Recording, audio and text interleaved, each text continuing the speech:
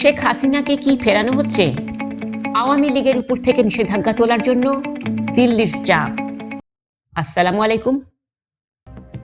বাংলাদেশের রাজনীতিতে কি তবে বড় কোনো ওলটপালট হতে চলেছে? একদিকে যখন তারেক রহমানের নেতৃত্বে নতুন মন্ত্রিসভা দেশ পরিচালনার দায়িত্ব নিয়েছে, ঠিক তখনই নেপথ্যে শুরু হয়েছে আওয়ামী লীগকে পুনর্বাসিত করার এক বিশাল আন্তর্জাতিক খেলা।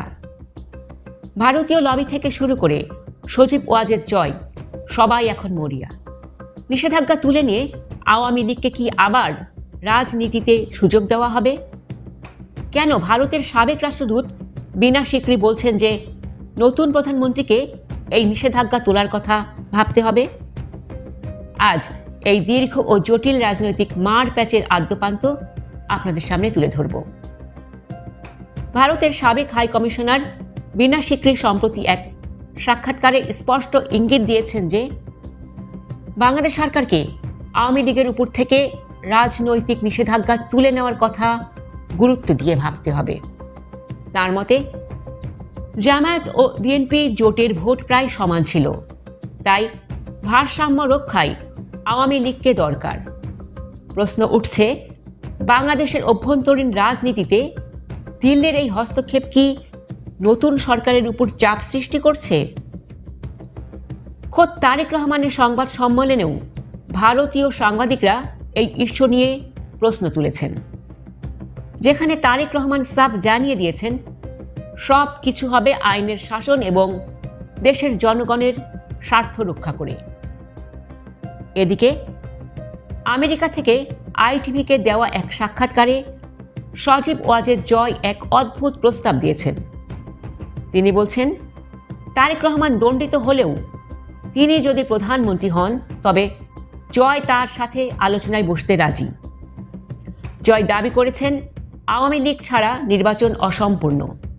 কিন্তু মজার ব্যাপার হলো, তার মা শেখ হাসিনাকে যখন আন্তর্জাতিক অপরাধ ট্রাইব্যুনাল মৃত্যুদণ্ড দিয়েছে এবং শত শত খুনের মামলা মাথায় নিয়ে তিনি ভারতে পলাতক, তখন জয়ের এই আলোচনার প্রস্তাব রাজনৈতিক মহলে হাসির খোরাক জোগাচ্ছে, নাকি এটা কোনো গভীর ষড়যন্ত্রের অংশ?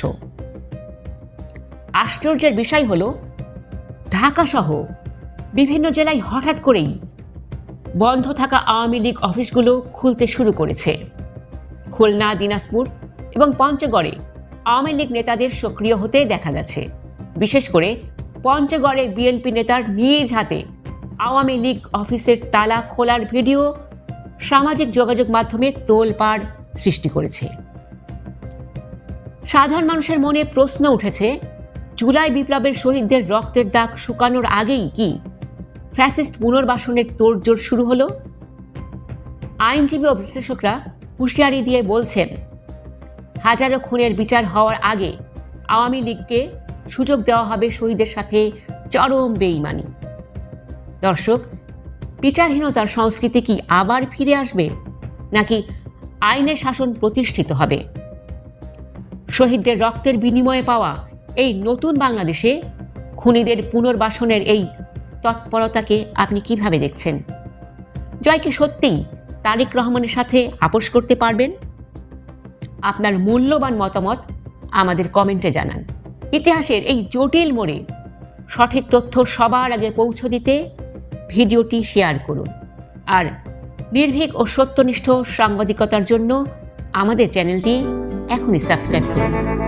ধন্যবাদ। আল্লাহ হাফেজ।